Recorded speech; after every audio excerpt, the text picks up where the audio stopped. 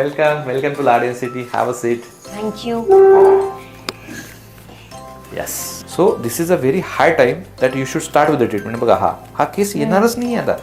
हा एकदा गळाला ना हा येतच नाही परत. सो अल्टिमेटली काय होतं, गॅप्स क्रिएट होत आहेत मोठमोठे आणि त्याने डेन्सिटी कमी होत आहे. ओ मला इथे गॅप होता हे नव्हतं मला कळलं. तुझा आता फोटो मला जर दाखवला मी तुम्हाला टॉपचा काढून सध्या.